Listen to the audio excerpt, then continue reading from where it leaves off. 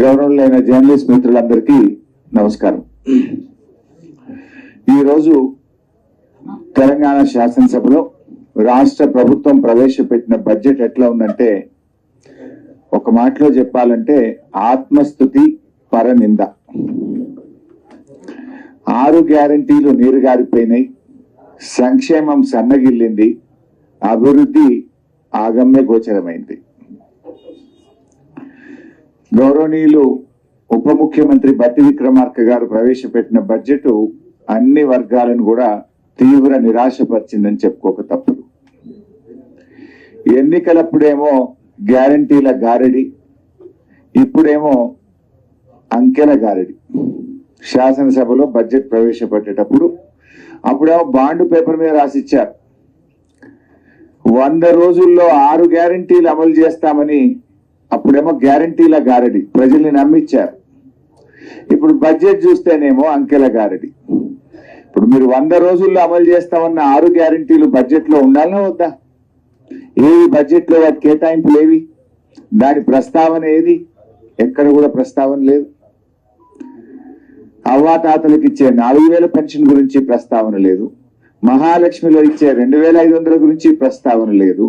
విద్యార్థులకు ఇస్తామన్న 5 లక్షల భరోసా కార్డు ముచ్చట లేనే లేదు. అంటే మొత్తంగా కూడా, అందుకే నేను అనేది, ఓట్ల ముందేమో గ్యారంటీల గారడి, గెలిచిన తర్వాతనేమో అంకెల గారడి. ప్రజలను బురిడి కొట్టించేందుకు, భ్రమలు పెట్టేందుకు బట్టి గారు చాలానే ప్రయత్నాలు చేశారు. నిజంగా చెప్పాలంటే మొదటి బడ్జెట్ కదా, ఈ రాష్ట్రానికి ఏమన్నా దశ దిశ ఇస్తారేమో అని ఆశించాం. కానీ ఇది దశ దిశ లేని బడ్జెట్. రాష్ట్రాన్ని తిరోగమన దిశలో నడిపేటువంటి బడ్జెట్. ఏడాదిలో 2 లక్షల ఉద్యోగాలు ఇస్తామన్నారు. 8 నెలలు అయితే అయిపోయింది, 4 నెలలు ఉంది. దాని గురించి ప్రస్తావన లేదు, బడ్జెట్ లో కేటాయింపులు లేవు. రాష్ట్రాన్ని అప్పుల కుప్పగా మార్చారని మరి మా మీద బుర్ర జల్లే ప్రయత్నం చేసినారు. మరి మీరేం చేశారు? బడ్జెట్ లో చూస్తే 57,000 కోట్ల అప్పులు తెచ్చుకుంటామని, గత ప్రభుత్వం తెచ్చిన దానికంటే దాదాపు 17,000 కోట్ల అప్పులు ఎక్కువ తెచ్చుకుంటామని ఈ ఆర్థిక సంవత్సరంలో ప్రతిపాదించారు. పోయినసారి నేను ఆర్థిక మంత్రిగా ప్రవేశపెట్టిన బడ్జెట్ లో 40,000 కోట్లు ఎఫ్ఆర్బిఎం అప్పుల కింద నేను ప్రతిపాదిస్తే, గౌరవనీయులు బట్టి గారు 57,000 కోట్లు ప్రతిపాదించాడు. అంటే ఇంకో 17,000 కోట్లు బడ్జెట్ బారోయింగ్స్ లో ఎక్కువ చూపించారు. ఇక ఈ బడ్జెట్ అనేటువంటిది ప్రజలకు ఇచ్చిన హామీలను, మీ మేనిఫెస్టోను ప్రతిబింబించే విధంగా ఉండాలి. కానీ దురదృష్టం ఏంటంటే, కాంగ్రెస్ పార్టీ తన మేనిఫెస్టోను మర్చిపోయింది అనిపించింది. ఎందుకు ఈ మాట అంటున్నా నేను? ఇందాకన్నట్టు వారి 6 గ్యారంటీల్లో మొదటి హామీ, వారి మేనిఫెస్టోలో మొదటి హామీ, మహిళలందరికీ 2,500 రూపాయలు ప్రతి నెల ఇస్తామన్నారు. ఇప్పటికే 8 నెలలు అయిపోయింది. బహుశా ఈ బడ్జెట్ లోనైనా పెడతారేమో. మొదటి హామీ కదా. ఈ రాష్ట్రంలో ఉన్న మరి దాదాపు 1.5 అక్కా చెల్లెలు ఎదురు చూస్తా ఉన్నారు. అందులో 18 ఏళ్ళు దాటిన వాళ్ళు పెట్టుకున్న 1 కోటి మంది ఉంటారు. 1 కోటి మంది అక్కా చెల్లెళ్లకు శుభవార్త చెప్తారేమో అని చూపితే నిరాశ చూపారు. ఇవాళ 8 నెలలు అయింది. 8 నెలలు లెక్క తీసినా దాదాపు వీళ్ళు ఇప్పటికే 20,000 కోట్లకు పైగా బాకీ పడ్డారు పాతది. పోనీ ఈ బడ్జెట్ లో పెట్టి ఇక ముందుకన్నా ఇస్తారేమో అంటే, మహాలక్ష్మి పథకం కింద మహిళలకు మహా నిరాశను ఈ రాష్ట్ర ప్రజలకు, మహిళలకు కాంగ్రెస్ ప్రభుత్వం నిరాశపరిచింది. ఇకపోతే ఆసరా పెన్షన్లు ఎంతో ఆశగా ఎదురు చూస్తున్నారు. రేవంత్ రెడ్డి గారు అయితే రెచ్చిపోయి ఉపన్యాసాలు ఇచ్చాడు. అవ్వాని పెన్షన్ ఎంత వస్తుంది? 2,000. ఇగో డిసెంబర్లో ఇందిరమ్మ రాజ్యం రాగానే నీ పింఛన్ 4,000 అవుతుంది. నీ మన్మడు కాళ్ళు ఒత్తుతాడు, డీజిల్ కు పైసలు అడుక్కుంటాడు, పెట్రోల్ కు పైసలు అడుక్కుంటాడు అన్నాడు. మరి అడవిని 4,000 డిసెంబర్లోనే ఇస్తాను నువ్వు. ఇప్పుడు జూలై నెలలో ఉన్నాం, ఇప్పటిదాకా రాలేదు. కాంగ్రెస్ పార్టీ నాయకులు ఎన్నికల సమయంలో ఇంటికి 2 పింఛన్లు ఇస్తాం, అవ్వకిస్తాం, తాతకిస్తాం, నౌకరున్నా ఇస్తాం, కొత్త పెన్షన్లు ఇస్తాం, అర్హులందరికీ ఇస్తాం, 4,000 ఇస్తాం అని ఊదరగొట్టింది కదా. 100 రోజుల్లో ఇస్తామని బాండ్ పేపర్ మీద రాసిచ్చింది కదా. ఏమైంది మీ బడ్జెట్లో, ఎందుకు పెట్టలేదు అని నేను అడుగుతా ఉన్నా. అంటే ఇవాళ పేదలకు మేము ప్రాధాన్యత ఇస్తాం, మాది పేదల ప్రభుత్వం అన్నారు కదా, మరి ఇంతకంటే పేదలు ఎవరు? ఆసరా పెన్షన్ అందుకునే దానికంటే ఇంకా నిరుపేదలు ఈ రాష్ట్రంలో ఎవరైనా ఉన్నారా? వృద్ధులు, అభాగ్యులు, ఒంటరి మహిళలు, చేనేత కార్మికులు, గీత కార్మికులు, వికలాంగులు, మరి ఎయిడ్స్ పేషెంట్లు, డయాలసిస్ పేషెంట్లు, వీళ్ళకంటే పేదలు, వీళ్ళకంటే ఇంకా కష్టాల్లో ఉన్నటువంటి వాళ్ళు ఎవరైనా ఉంటారా? అంటే మీరు అత్యంత పేదలే వీళ్ళు. మరిగా మాది పేదల ప్రభుత్వము, మాది పేదలకు ప్రాధాన్యం అని చెప్పుకునే అర్హతనే మీకు లేదు. అత్యంత పేదలైన అవ్వాతాతలను, ఆసరా పెన్షన్ లబ్ధిదారులను, వితంతువులను, ఒంటరి మహిళలనే మర్చిపోయింది ఈ ప్రభుత్వం. దారుణ వంచన చేసింది వాళ్ళు. కొండంత ఆశతో ఎదురు చూస్తున్న వృద్ధులకు, వితంతువులకు, ఒంటరి మహిళలకు, దివ్యాంగుల ఆశలు నీరుగార్చింది ప్రభుత్వం. అంటే మీరు రెండు ముఖ్యమైనది, మహిళలు మన సమాజంలో అత్యంత ప్రాధాన్యత కలిగినటువంటి వాళ్ళు, వృద్ధులు, వితంతువులు అత్యంత ప్రాధాన్యత కలిగినటువంటి వాళ్ళు.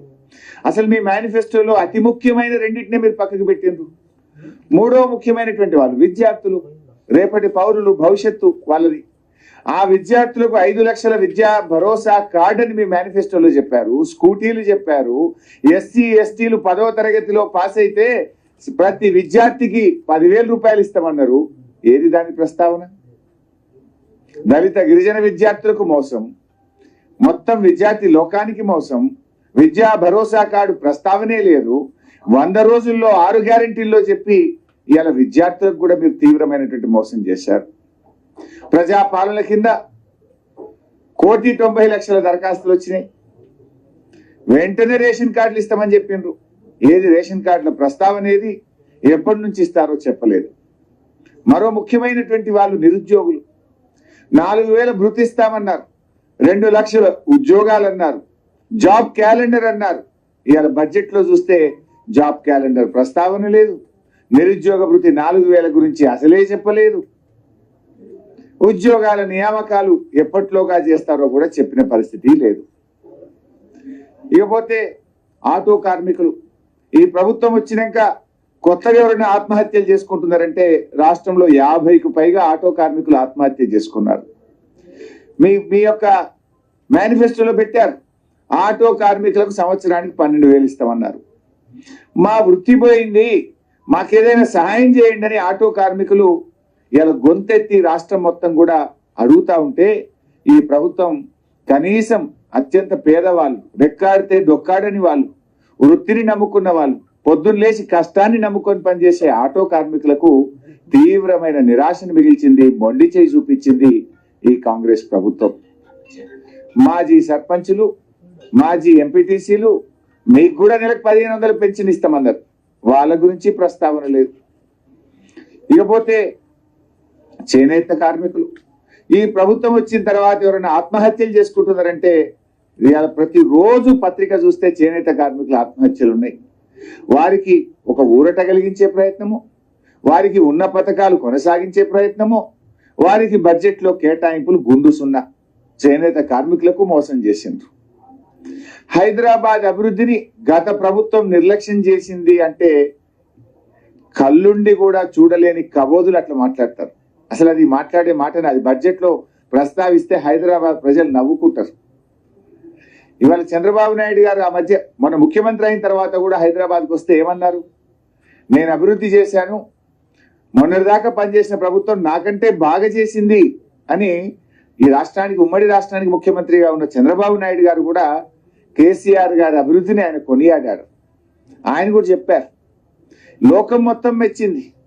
ఇప్పుడు ఎక్కడో ఉన్న రజనీకాంత్ కూడా హైదరాబాద్కి వస్తే సూపర్ స్టార్ రజనీకాంత్ నేను హైదరాబాద్ లో ఉన్నానా, న్యూయార్క్ లో ఉన్నానా అన్నాడు. రజనీలకు అర్థమైంది కానీ కాంగ్రెస్ గజనీలకు ఇంకా అర్థమైతలేదు. ఎంతో మంది హైదరాబాద్ మెచ్చుకున్నారు. వాస్తవాలు చెప్తే ఆ బడ్జెట్ ఒక అందం ఉంటది, ఒక బాధ్యత ఉంటది. కానీ హైదరాబాద్ అభివృద్ధి జరగలేదని మాట్లాడడం ఇట్స్ ఎ జోక్. అందుకే కదా హైదరాబాద్ లో మొత్తం సీట్లు మమ్మల్ని గెలిపించి మేము ఒక్క సీటు కూడా ఇవ్వలేదు. కాంగ్రెస్ ప్రభుత్వం ఏ రంగంలో కూడా విజన్ లేదని ఈ బడ్జెట్ లో మాకు అర్థమైతా ఉంది. గత ప్రభుత్వాన్ని నిందించడమే తప్ప ఎన్నికల్లో ఇచ్చిన హామీల పైన దాటవేత వైఖరిని ప్రదర్శించారు. కేసీఆర్ ప్రభుత్వం యొక్క ఘనతలను తమ ఘనతలుగా చెప్పుకునే ప్రయత్నం చేసి అభివృద్ధే జరగలేదు ఈ 10 ఏళ్లలో అని మాట్లాడినారు. అంటే వాళ్ళకే కాంట్రడిక్షన్.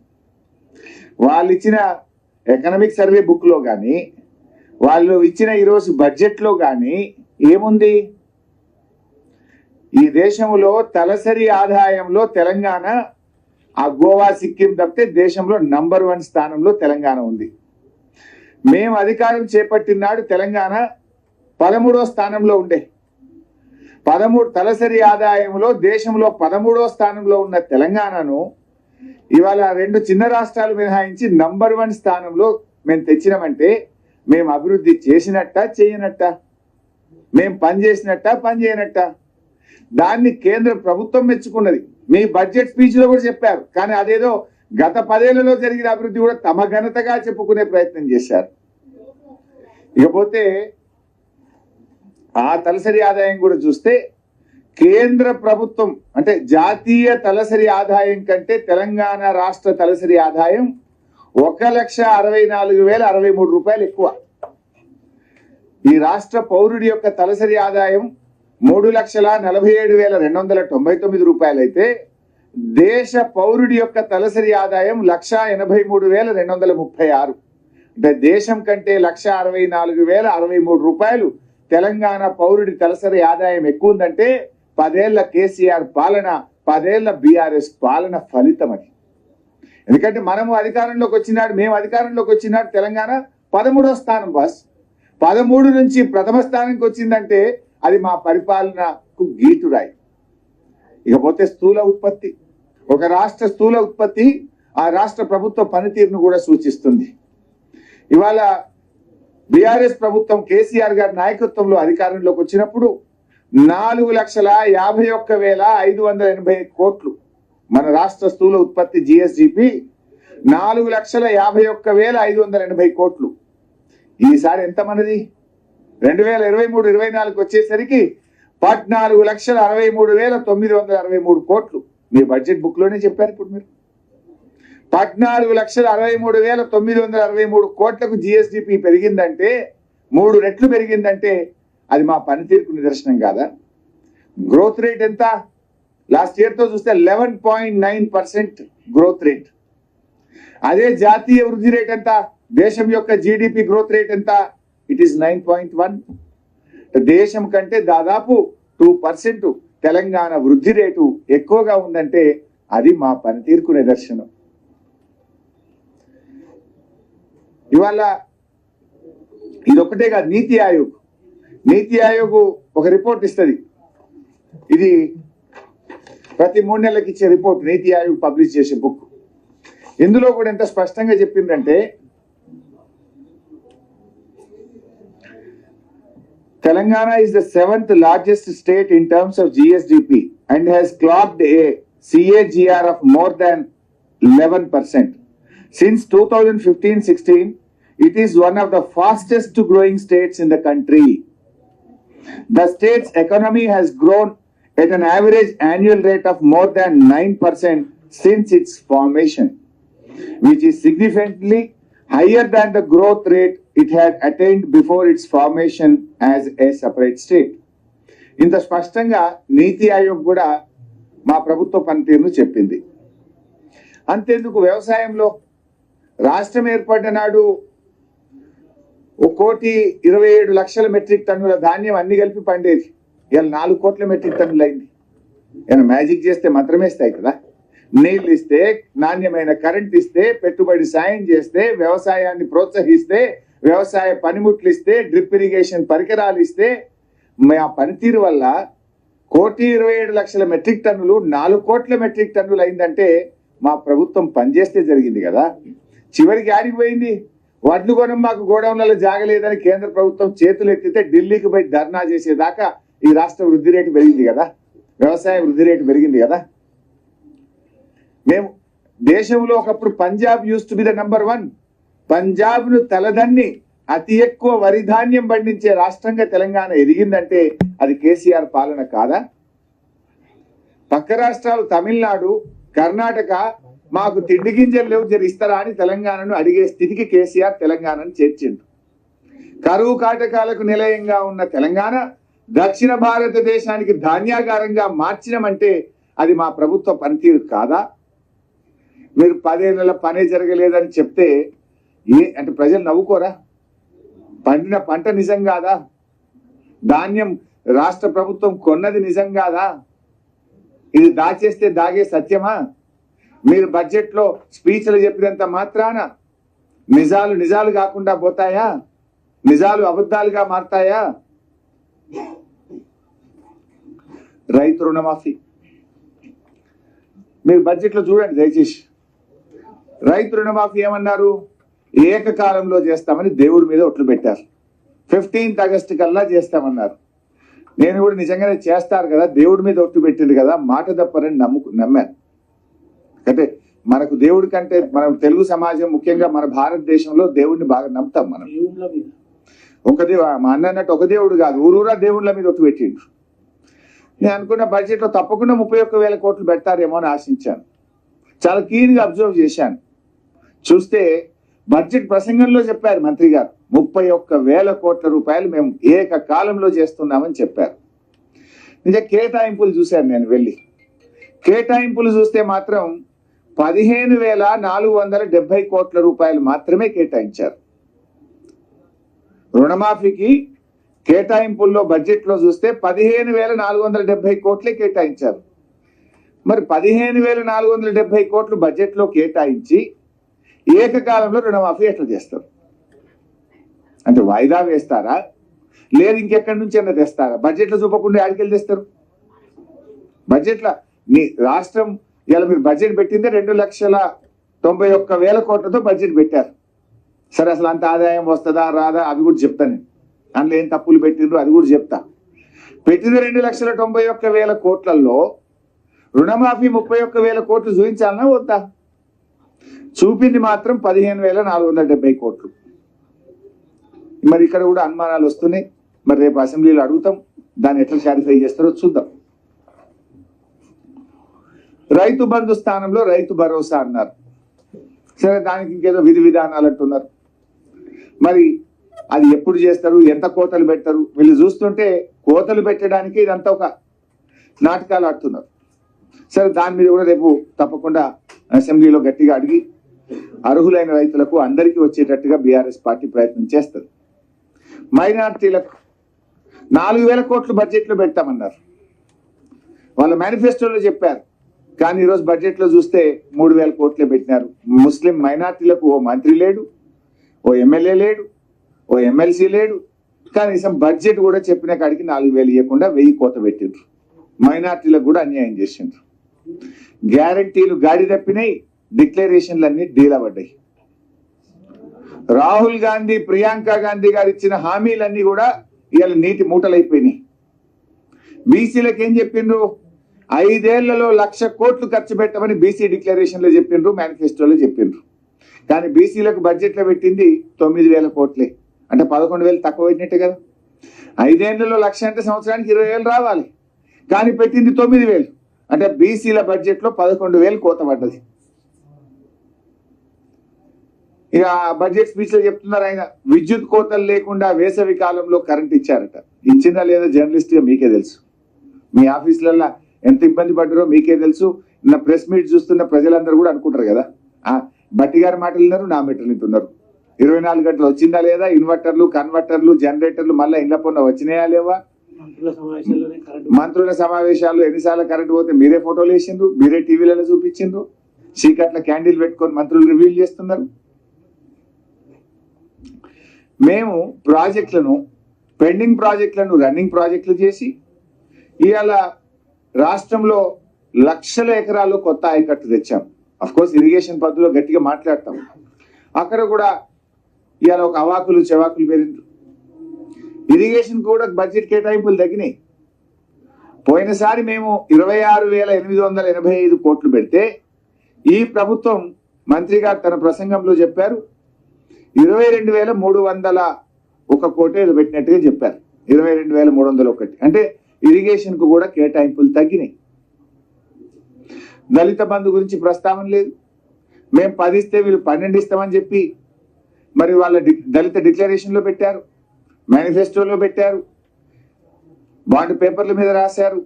కానీ ఇవాళ దళిత బంధు గురించి ప్రస్తావన కానీ ఎంతమందికి ఇస్తారు, ఎప్పటిలోగా ఇస్తారు, మరి దాని గురించి ఎక్కడ మాట్లాడలేదు. గిరిజన బంధు ఊసే లేదు. గిరిజన బంధు గురించి ఎక్కడ కూడా ప్రస్తావన అసలే లేదు. ఇవన్నీ ఒక రకంగా ఇట్లా ఉన్నాయి. ఇకపోతే కళ్యాణ లక్ష్మి, తులం బంగారం ఇవన్నీ లోపల చెప్పుదామన్నా. ఇక కొంచెం ఇలా ఓన్లీ కొన్ని పాయింట్స్ వరకే చెప్పుదాం. ఇకపోతే ఆసరా పెన్షన్లో ఇందాక నేను చెప్పిన 7,437 కోట్లు పోయినసారి పెడితే ఈసారి 7,376 కోట్లు పెట్టింది. అంటే కొంచెం తక్కువ చేసారు బడ్జెట్ ఎస్టిమేట్. 7,437 లాస్ట్ టైం ఉంటే ఈసారి 7,376 అంటే పోయినసారి కంటే తగ్గింది. అంటే ఇప్పుడు ఈ ఏడాది కొత్త పింఛన్ ఇయ్యరు, భర్త చనిపోయినా పింఛన్ ఇయ్యరు, ఇంటికి 2 ఇయ్యరు, 4,000 ఇయ్యరు, అన్ని ఉత్తాయి అన్నట్టు కదా. ఇంకేమైనా కమ్మి పెట్టుడే తప్ప ఇచ్చులేదు. ఇక పోయినసారి 7,437 ఉంటే ఈసారి 7,376 చేసిండు. అఫ్ కోర్స్ ఎస్సీ కాంపోనెంట్ వేరే ఉంటుంది, అది ఇది కలిపినా పోయినసారి కంటే తక్కువనే ఉండదు. అంటే కొత్త పెన్షన్లకు మంగళం పాడిండ్రు, 4,000 ఇస్తామని చెప్పి మోసం చేసిండ్రు. ఇకపోతే ప్రభుత్వ ఉద్యోగులు బడ్జెట్ లో ఉద్యోగుల కేటాయింపులు ఏం పెరగలే. పెన్షన్లు, జీతాల విషయంలో 3 పాయింట్స్ ఉన్నాయి, ఇక్కడ 4 పాయింట్స్. నార్మల్ గానే ఎంప్లాయీస్ కు 5 to 10% పెరుగుతుంది. ఈ ప్రభుత్వం 5 DL బాకీ పడ్డది. 5 DL బాకీ పడ్డది. ఈ 5 DL ఇస్తే కనీసం 8,000 కోట్లు అదనంగా కావాలి. 8 నుంచి 10,000 కోట్లు అదనంగా కావాలి. దానికి ప్రొవిజన్ లేదు. పిఆర్సి పెండింగ్ ఉంది కదా, ఆల్రెడీ మొన్ననే చేసేది ఉండే, ఎక్స్టెండ్ చేసిండు. మీరు అక్టోబర్కు ఎక్స్టెండ్ చేసిండ్రు. అక్టోబర్లో పిఆర్సి నివేదిక వస్తే ఎంత లేదన్నో 25-30% పెంచాలి కదా. మీరంతా కేసీఆర్ లెక్క ఎట్లా పెంచారు? మీరు కేసీఆర్ గారు 73% పెంచాడు, 2 పిఆర్సీల్లో 73% పెంచాడు. ఎంత లేదని 30% అనే పెంచాలి కదా. తక్కువ. మరి కేసీఆర్ కంటే ఎక్కువ వేస్తే ఇంకా మంచిది, వి వెల్కమ్, పెంచాలనే కోరుకుంటాం. మన పిఆర్సి ప్రస్తావన కానీ దాని కేటాయింపులు బడ్జెట్లో లేవు. మూడవది 2 లక్షల ఉద్యోగాలు మొదటి సంవత్సరమే ఇస్తామన్నారు కదా. మరి దానికి కొత్త ఉద్యోగులు వస్తే వాళ్ళ జీతాలకు తగ్గ బడ్జెట్ పెంచాలన్నా వద్దా? దీన్ని బట్టి ఏమర్థమవుతుంది? 5 DL గురించి ప్రస్తావన లేదంటే ఇచ్చేటట్లేరు, ఎగబెట్టేట్టున్నారు. పిఆర్సి కోసం పెరిగే దానికి అనుగుణంగా నిధుల కేటాయింపు పెరగలేదు అంటే పిఆర్సీని కోల్డ్ స్టోరేజ్ లో పెడతారా అని అనుమానం కలుగుతున్నది. మూడవది 2 లక్షల ఉద్యోగాలు ఇస్తే 2 లక్షల మందికి బడ్జెట్ కేటాయింపు ఉండాలి కదా. ₹1 కూడా పెంచలే. అంటే దీన్ని బట్టి 2 లక్షల ఉద్యోగాలు కూడా నిజంగానే ఇస్తారా, ఇయ్యరా? 8 నెలలు అయితే అయ్యేపోయింది, ఉన్నది 4 నెలలు. దానికి అనుగుణంగా కూడా కొత్త ఉద్యోగస్తులకు అవసరమైన బడ్జెట్ కేటాయింపులు బడ్జెట్ లో లేవు. ఆ రోజు ఈ ప్రభుత్వం, కేసీఆర్ గారి ప్రభుత్వం ఉన్నప్పుడు బెల్ట్ షాపులు బాగా పెంచారు, ఆదాయం పెంచుకుంటున్నారు, ప్రజల ఆరోగ్యం దెబ్బతింటున్నది. మమ్మల్ని ఒక తిట్టులే. ఇవాళ వీళ్ళు ఏం చేస్తుండ్రు? పోయినసారి నేను ప్రవేశపెట్టిన బడ్జెట్లో అసెంబ్లీలో ఎక్సైజ్ ద్వారా వచ్చే ఆదాయం 2023-24 సంవత్సరంలో నేను పెట్టింది 18,470 కోట్లు. గౌరవనీయులైన భట్టి గారు పెట్టింది 25,617 కోట్లు. అంటే పోయినసారి నేను బడ్జెట్ లో ప్రతిపాదించిన దానికంటే 7,147 కోట్లు ఎక్సైజ్ ద్వారా రాష్ట్ర ప్రభుత్వ ఆదాయం పెంచుకుంటామని గౌరవనీయులైన భట్టి గారు ఇలా బడ్జెట్ లో పెట్టారు. అంటే తాగుబోతులు తెలంగాణ చేస్తారా? గల్లీకో బెల్ట్ షాప్ పెడతారా? అంటే ప్రజల్ని ఇంకా బాగా తాగమని ప్రోత్సహిస్తారా? అప్పుడు ఏమన్నారు మీరు? మేము వస్తే బెల్ట్ షాపులు బంద్ చేస్తాం. కేసీఆర్ గారు మద్యాన్ని బాగా దాయిపిస్తున్నారు మాట్లాడిండ్రు. ఒక్క సంవత్సరంలోనే 7,147 కోట్లు ఎక్సైజ్ ఆదాయం పెంచుతున్నామంటే అంటే ఇప్పుడు తాగేదానికంటే డబుల్ తాగాలనా? ప్రజలు ఏం చెప్పదలుచుకున్నారు మీరు? ఇది ఓన్లీ ఎక్సైజ్ మీద, మళ్ళీ వ్యాట్ బై ఎక్సైజ్ ఉంటుంది ఇంకోటి, అంటే వ్యాట్ అంటే మన స్టేట్ గవర్నమెంట్ ట్యాక్స్, ఇంకా అది కూడా ఎక్సైజ్ మీద సపరేట్గా వస్తే అదో 10,000 పెరుగుతుంది, అదొక 6-7 వేలు పెరుగుతుంది, ఈక్వల్గా ఉంటాయి రెండు. అది 6-7 వేలు, ఇది 6-7 వేలు అంటే పోయినసారి కంటే ఎక్సైజ్ మీద 14-15 వేల కోట్లు ఎక్కువ సంపాదించాలని చూస్తుంది వీళ్ళు. ఎక్సైజ్ ట్యాక్స్ రూపంలో 7,147 ఎక్కువ పెట్టిండ్రు, వ్యాట్ బై ఎక్సైజ్ అదో 7,000 ఉంటుంది, ఈక్వల్ ఉంటుంది జనరల్ గా. అంటే 14-15 వేల కోట్లు మద్యం మీద ఎక్కువ సంపాదించాలనుకుంటుంది ఈ ప్రభుత్వం. అంటే తాగుబోతులు తెలంగాణ చేస్తారా అని అడుగుతున్నాను నేను బట్టి గారిని, రేవంత్ రెడ్డి గారిని. అంటే ఆ రోజు మీరు మాట్లాడిన ఉపన్యాసాలు ఏంది, ఇవాళ మీరు చేస్తున్నది ఏంది? What is the message you are giving? దీనికి సమాధానం చెప్పాలి ఇవాళ కాంగ్రెస్ పార్టీ. తర్వాత స్టాంప్స్ అండ్ రిజిస్ట్రేషన్. పోయినసారి నేను బడ్జెట్ ప్రవేశపెట్టినప్పుడు స్టాంప్స్ అండ్ రిజిస్ట్రేషన్ లో 14,295 కోట్లు ఈ రాష్ట్రానికి ఆదాయం వస్తుందని చెప్పి నేను ప్రతిపాదించాను. బట్టి గారు ఎంత ప్రతిపాదించారంటే 18,228 కోట్లు ప్రతిపాదించారు. అంటే గతం కంటే 4,000 కోట్లు, దాదాపు 4,000 కోట్లు, 4,050 కోట్లు ఎక్కువ వస్తుందని ఆయన ప్రతిపాదించారు. అంటే దీన్ని బట్టి ఏమర్థమైంది?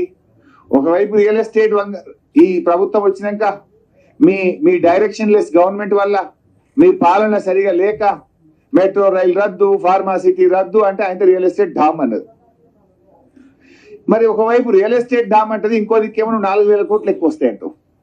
అంటే ఏం చేస్తారు మీరు? ట్యాక్స్ పెంచుతారా, రిజిస్ట్రేషన్ ఫీజు పెంచుతారు, భూముల విలువ పెంచుతారు, ప్రజల మీద భారం వేస్తారని చెప్పకనే చెప్పింది ఈ బడ్జెట్ లో. ఇది ఉపన్యాసంలో చెప్పలే కానీ లోపల లెక్కలలో చెప్పారు. ఉపన్యాసంలో దాసిరు, పన్నులు వేస్తాము, రిజిస్ట్రేషన్ ఫీజు వేస్తాము, భూముల వాల్యుయేషన్ వేస్తామని స్పీచ్లో చెప్పలే. కానీ లెక్కల్లో మాత్రం 4,050 కోట్లు గత సంవత్సరం కంటే స్టాంప్స్ అండ్ రిజిస్ట్రేషన్ లో ఆదాయం ఎక్కువ వస్తుందని చెప్పిండ్రు. ఎట్లా వస్తుంది? అయితే ప్రజల మీద మీరు పన్నుల భారం పెంచితే ఇది వస్తుంది. అంటే చెప్పకనే చెప్పిండ్రు, ఎవరైనా గరీబోడు ఇల్లు కొట్టుకున్నారో అపార్ట్మెంట్ కొనుక్కుంటే బిడ్డాని ట్యాక్స్ పెరుగుతుందని చెప్పిండ్రు. ప్రభుత్వానికి మీ పన్ను ఎక్కువ కట్టాల్సి ఉంటుంది అని చెప్పిండ్రు వీళ్ళు. తర్వాత non tax revenue. Non tax revenue అంటే ఒక మైనింగ్ ఒకటి ఉంటుంది, అది నార్మల్ గా రాష్ట్ర ప్రభుత్వానికి 1,000-1,500 కోట్లు వస్తుంది. కానీ వీళ్ళు ఏం చేసింది ఈసారి, పోయినసారి మనకు నాన్ ట్యాక్స్ రెవెన్యూలో 22,808 కోట్లు మనం ప్రతిపాదించాం. అప్పుడు కూడా ఎందుకు ప్రతిపాదించామంటే మనకు ఆ ఓఆర్ఆర్ ఒకటి లాంగ్ లీజ్ మీద ఇచ్చినాం మనం, అది కొద్ది హ్యూజ్ మనీ వచ్చేది ఉండే. కొన్ని భూములు కూడా అమ్మినాం మనం. అప్పుడు భూములు అమ్మితే వీళ్ళు ఏమన్నారు, అమ్మద్దు అమ్మద్దు కాపాడాలని మాట్లాడిండ్రు. ఓఆర్ఆర్ ఎట్లా ఇస్తారు అని మాట్లాడిండ్రు. సరే, అప్పుడు మేము ప్రజలకు ఇచ్చిన కమిట్మెంట్ల కోసం మేము 22,808 కోట్లు నాన్ ట్యాక్స్ రెవెన్యూ కింద ప్రతిపాదించాం. వీళ్ళు ఎంత పెట్టింది? ఇప్పుడు 35,208 కోట్లు పెట్టిండ్రు. మాకంటే 13,000 కోట్లు ఎక్కువ పెట్టిండ్రు. అంటే ఏంది, భూములు అమ్ముతారా? ఏం చేస్తారు? ఎట్లా వస్తాయి? దీనికి సమాధానం చెప్పాలనే వద్దా? 22,000ను 35,000 చేసిండ్రు. అంటే ఇంకా 13,000 కోట్లు. అంటే మొత్తం రాష్ట్రంలో భూములన్నీ అమ్ముతారన్నట్టు వీళ్ళు. లేదంటే ఒక అందులో ఉండేది మైనింగ్ ఫీజులన్నా 3 అంతలు 4 అంతలు చేయాలి. ఏది, గరీబోడు ఇల్లు కట్టుకునే ఇసుక మీద, కంకర మీద, దాని మీద మీరు రేట్లన్నా పెంచాలి. ఎంత పెంచినా అది 1000 పోయి డబుల్ చేస్తే 2,000 అవుతుంది, 3 అంతలు చేస్తే 3,000 అవుతుంది. కానీ 35,000 అయితే రాదు కదా. ఇవాళ ఈ విషయంలో కూడా ఒక క్లారిటీ ఇవ్వాల్సిన అవసరం ఉంది. దీన్ని బట్టి వీళ్ళు భూముల అమ్మకానికి రంగం సిద్ధం చేసిండ్రు అనేది ఇలా బడ్జెట్ లో అర్థమవుతా ఉంది. ఇంకో ముఖ్యమైన విషయం ఈ బుక్ లో మీరు కూడా చూడొచ్చు, గ్రాంటీన్ ఎయిడ్స్. అంటే కేంద్ర ప్రభుత్వం నుంచి వచ్చే డబ్బులు. గ్రాంటీన్ ఎయిడ్స్ అంటే కేంద్రం నుంచి మనకు వచ్చేటువంటివి. ఎంత వచ్చింది లాస్ట్ ఇయర్? మీరు చూస్తే ఇది పేజ్ నంబర్ 4 కాలం నంబర్ 4 గ్రాంటీన్ ఎయిడ్. పోయినసారి వచ్చింది 9,729 కోట్లు. 9,729 కోట్లు. నిన్న అసెంబ్లీలో మనం ఏం మాట్లాడినాం? కేంద్రం తెలంగాణకు దగా చేసింది, కేంద్రం అన్యాయం చేసింది, కేంద్రం నిధులు ఇవ్వలేదు, అని మనం కేంద్రం మీద దుమ్మెత్తి పోసినాం, అందరం కలిసి ఏకగ్రీవంగా తీర్మానం కూడా చేసినాం. వీళ్ళు ఎంత పెట్టింది ఇప్పుడు 21,636 కోట్లు పెట్టారు.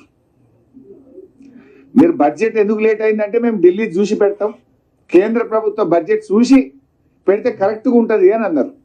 మరి బడ్జెట్ చూసే పెట్టింది కదా. పోయినసారి వచ్చింది 9,729 అయితే ఇప్పుడు 21,636 అడికలు వస్తుంది. పోనీ మేము కేంద్రం కూడా చూసాం లెక్కలు. సిఎస్ఎస్ అంటే సెంట్రల్లీ స్పాన్సర్డ్ స్కీమ్ కింద రాష్ట్రాలకు నిధులు ఇస్తారు. మరి కేంద్రం పోయినసారి ఎంత పెట్టింది, ఈసారి ఎంత పెట్టింది అని కూడా చూసినాం. పోయినసారి 4,60,614 కోట్లు పెట్టింది కేంద్రం.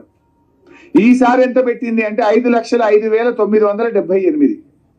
ఏ మార్జినల్ ఇంక్రీజ్, 5%. కానీ మీరేమో 100% కంటే ఎక్కువ పెంచారు. అంటే ఇది రాదు ఈ డబ్బు. అంటే మీదంతా అంకెల గారడి. ఈ డబ్బు రాదంటే నువ్వు ఇది ఆదాయం రాకపోతే ఏమవుతుంది? ఖర్చు పెట్టవు అంటే ఏదో స్కీమ్ కు కోత పడుతుంది. మీరు చెప్పిన స్కీమ్లు అమలు కావు. అట్లే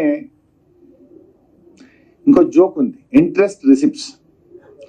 ఇంట్రెస్ట్ ఆన్ క్యాష్ బ్యాలెన్సెస్ అంటే ప్రభుత్వం దగ్గర డబ్బు బాగుంటే, ఖర్చు పెట్టకుండా ఖజానాలు మిగిలి ఉంటే దాని మీద మిత్తి వస్తుంది కదా పైసా.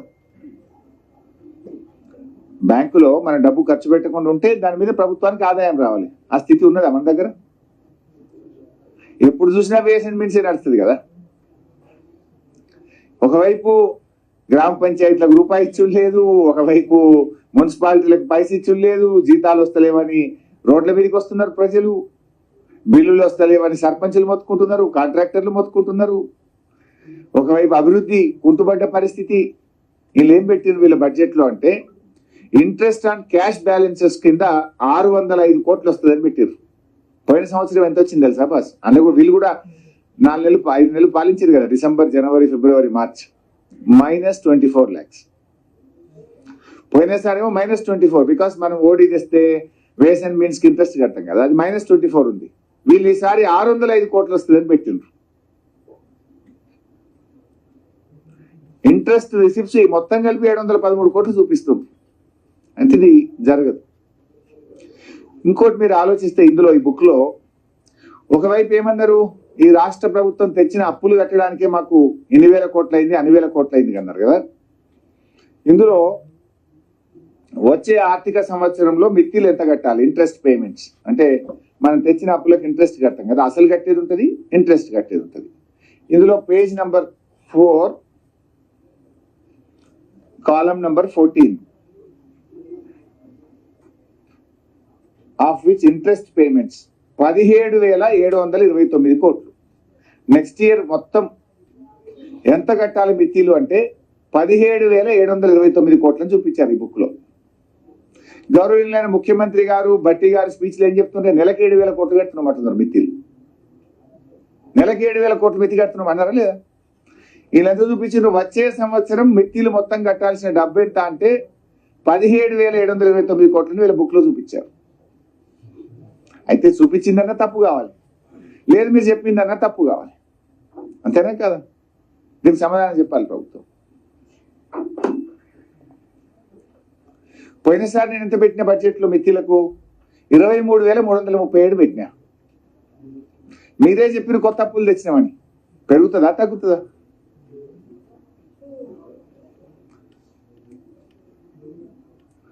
పబ్లిక్ డెట్ రీపేమెంట్ అంటే అసలు కట్టేది కూడా ఉంటుంది కదా, అది కూడా ఎంత చూపించారు నెక్స్ట్ ఇయర్ కు 13,117.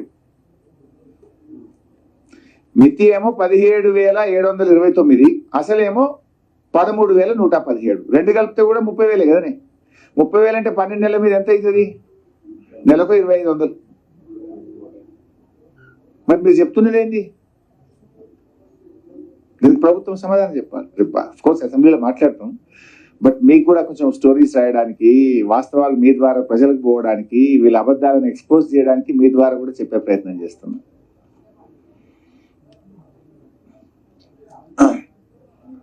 తర్వాత ఇవన్నీ అసెంబ్లీలో వాళ్ళు చదువుతుంటే రాసుకున్నాను. అసెంబ్లీ పేపర్ ఇది జస్ట్ 17,700 కోట్ల రూపాయలు బడ్జెట్ పెట్టింది, కానీ ₹1 కూడా ఇవ్వలేదు అని చెప్పేసి చెప్తా, ఆన్సర్ చెప్తారు, రేపు అసెంబ్లీలో చెప్తాను, దాని వివరాలన్నీ నేను నా దగ్గర చెప్తాను. అయితే సో ఎక్సైజ్ ఈ రకంగా చేస్తుండ్రు, గ్రాంటీ నేడు కేంద్రం నుంచి రానటువంటి దాన్ని వచ్చినట్టు చూపే ప్రయత్నం చేసిండ్రు. తర్వాత SGST అంటే GST, ఇది మన రాష్ట్రానికి వచ్చే ఆదాయం. SGST పోయినసారి మనకి 20,000 వచ్చింది లాస్ట్ ఫైనాన్షియల్ ఇయర్లో. ఈ ఇయర్ 24,000 చూపించారు, అంటే ఆల్మోస్ట్ 25% ఎక్కువ. How it is possible? అంటే పన్నులు పెంచుతారా, ఏం చేస్తారు? ఒకటేసారి 4,000 జంప్ ఎట్లా వస్తుంది? అంటే ఇది కూడా ఆచరణ సాధ్యం కాకుండా అంకెల గారిలో భాగంగా పెట్టినట్టు కనబడతా ఉంది. ఇకపోతే పల్లెలకు మౌలిక వసతులు కల్పించలేదు అన్నారు. ఇంతకంటే ఇంకో జోక్ ఉంటుందా పైసా? నిన్ననే పంచాయతీరాజ్ శాఖ మంత్రి చెప్పిండ్రు, ప్రతి ఊరికి ట్రాక్టర్ ఉంది, ట్యాంకర్ ఉంది అని అసెంబ్లీలో చెప్పిండ్రు. ఈ భారతదేశంలో గ్రామ గ్రామానికి ట్రాక్టరు, ట్యాంకరు, డంప్ యార్డు, వైకుంఠ ధామం ఉన్న ఒకే ఒక్క రాష్ట్రం ఈ దేశంలో తెలంగాణ రాష్ట్రం. మౌలిక వసతి అంటే ప్రజల కనీస అవసరాలు, ప్రతి ఇంటికి త్రాగునీరు, ప్రతి ఊరికి ట్రాక్టరు, ట్యాంకరు, చెత్త ఏరే విధానం, డంప్ యార్డు, వైకుంఠ ధామం, ఇవి కనీస సౌకర్యాలు. ఇట్లా మేము అన్ని గ్రామాలకు మేం చేస్తే, దేశంలో ఎక్కడ లేని విధంగా మేం చేస్తే, బడ్జెట్ ప్రసంగంలో గ్రామాలకు మౌలిక వసతులే కల్పించలేదు గత ప్రభుత్వం అని చెప్పి మా మీద నిరాధారమైన నిందలు వేస్తే ఇది ప్రభుత్వానికి న్యాయమా? ప్రజలు నవ్వుకోరా? ఇలా మీరు వచ్చినాక 8 నెలల్లో 8 పైసలు ఇవ్వలే గ్రామ పంచాయతీలకు, 8 పైసలు. I'm challenging the government. కేంద్ర ప్రభుత్వము గ్రామాలకు ఇవ్వాల్సిన 500 కోట్లు 15th ఫైనాన్స్ కమిషన్ విడుదల చేస్తే అవి కూడా 3 నెలలకెళ్ళి ఆపుకున్నారు. రాష్ట్రం ఇచ్చుడు ఇడిచిపెట్టింది. ఢిల్లీ వాళ్ళు గ్రామ పంచాయతీలకు, లోకల్ బాడీలకు ఇచ్చిన 500 కోట్లు కూడా 3 నెలల నుంచి ఆపెట్టుకున్నారు. 8 నెలల్లో 8 పైసలు ఇయ్యని కాంగ్రెస్ ప్రభుత్వం ప్రతి నెల టంచన్గా 275 కోట్ల రూపాయలు పల్లెలకు ఇచ్చిన మమ్మల్ని అభివృద్ధి చేయలేదనే అర్హత ఈ ప్రభుత్వానికి లేదు. ఇకపోతే గౌరవనీయులైన భట్టి గారు కూడా ఇందాక ఏదో చిట్ చాట్ లో మాట్లాడారట, ఒక మిత్రుడు ఏదో చెప్తా ఉండే, గత ప్రభుత్వం ఒక్క డాక్టర్ పోస్ట్ నింపలేదు అన్నారట కదా, మీరే సాక్ష్యం కదా, చిట్ చాట్లు వచ్చిందా? ఐఎమ్ ఛాలెంజింగ్ భట్టి గారు, మమ్మల్ని ఒక్క పోస్ట్ నింపలేదు అన్నావు కదా. నాకంటే ముందు అఫ్ కోర్స్ లక్ష్మారెడ్డి గారు ఆరోగ్య మంత్రిగా ఉన్నారు, ఆ తర్వాత ఈటల రాజేందర్ గారు ఆరోగ్య మంత్రి ఉన్నారు. బట్ నేను ఆరోగ్య మంత్రిగా 1061 అసిస్టెంట్ ప్రొఫెసర్ పోస్టులు నింపిన, 969 సివిల్ సర్జన్ డాక్టర్లను నింపిన, 1520 MLHP డాక్టర్లను నింపిన, 156 ఆయుష్ డాక్టర్లను నింపిన, మొత్తం 30,000 ఉద్యోగాలను ఒక వైద్య ఆరోగ్య శాఖలో నియామక ప్రక్రియకు నేను శ్రీకారం చుట్టి చేసిన. అయితే మీరు ఒక్క డాక్టర్ పోస్టు గత ప్రభుత్వం నింపలేదని భట్టి గారు మాట్లాడితే నేను ఏం చెప్పాలి? Will you stand by your word Bhatti గారు? Either you should resign or I should resign. ఎందుకు ఇట్లా మాట్లాడతారు? నిరాధారమైన తెలుసుకోకుండా మాట్లాడితే ఇది నవ్వుల పాలవుతారు. మీరే మీ గౌరవాన్ని, మీ స్థాయిని మీరు తగ్గించుకున్న వాళ్ళు అవుతారు. మీకు కూడా గుర్తుండే ఉంటుంది, నేను ఆ ఉత్తగూడి ఆ పోస్టులు ఆ శిల్పారామం దగ్గర పెద్ద ఫంక్షన్ పెట్టి ప్రోగ్రామ్ పెట్టి పంచిన, ఒకటే రోజు ఇచ్చిన ఆర్డర్లు 15,000 మందికి ఒక రోజు ఇచ్చినట్టు 900 మందికి ఒక రోజు ఇచ్చిన. నువ్వు ఒక పోస్ట్ డాక్టర్ పోస్ట్ నింపలేదని భట్టి గారు మాట్లాడితే నేను ఏం చెప్పాలిగా? ఇక వైద్యం అట మేము వచ్చినాక నిర్లక్ష్యం, గత ప్రభుత్వంలో నిర్లక్ష్యం అయిందట, వీళ్ళు ఉద్ధరిస్తురట. ఏ దవాఖానకన్నా ఉస్మానియాకి పోతావా, గాంధీకి పోతావా, నీలోఫర్కి పోతావా, నిమ్స్కి పోతావా, ఆడెవ్వరు అడిగితే చెప్తారు పోయిన గవర్నమెంట్ మంచిగుందా, ఇప్పుడున్న గవర్నమెంట్ మంచిగుందా. మందులు బయటకు ఎవరు రాస్తారు? గత గవర్నమెంట్ ఉండగా అన్ని మందులు దొరుకుతుండే, ఇప్పుడు సగం బయటకు రాస్తుంది. అది ఇలా బడ్జెట్లో అయినా మాట్లాడితే అది నవ్వుకుంటున్నారు ప్రజలు. వైద్య ఆరోగ్య శాఖలో పనిచేసే 1,00,000 మంది సిబ్బందికి తెలుసు కదా గతంలో ఎట్లుండే ఇప్పుడు ఎట్లుండే. అది వారి విజ్ఞత, వారికి వదిలేస్తాం. బట్ ఏది ఏమైనా మళ్ళీ నేను ఫైనల్ గా చెప్పేది ఏంటంటే బడ్జెట్ అనేది మాత్రం పూర్తిగా ఆత్మస్థుతి పరనిందలతో కూడుకున్నది. అంటే సెల్ఫ్ కాంట్రడిక్షన్ కూడా ఉంది అందులో. ప్రజల ఆశల్ని నీరుగార్చినటువంటి బడ్జెట్ ఈ బడ్జెట్. ఇంకా అన్ని వివరాలతో రేపు ఎల్లుండి బడ్జెట్ చర్చలో కూడా నేను పాల్గొంటాను. మీకు కూడా ఇన్పుట్స్ ఉంటే ఇవ్వండి. ప్రజల పక్షాన మీ సూచనలు కూడా తీసుకుంటాం. Thank you very much.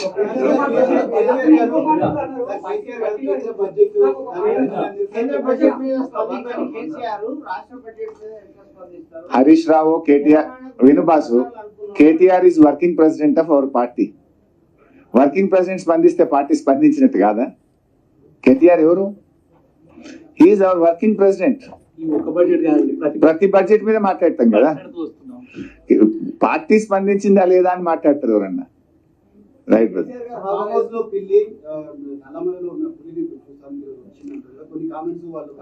చిల్లరగాళ్ళకి మేము మాట్లాడము. చిల్లరగాళ్ళతో మాకు సంబంధం లేదు. ఓకే.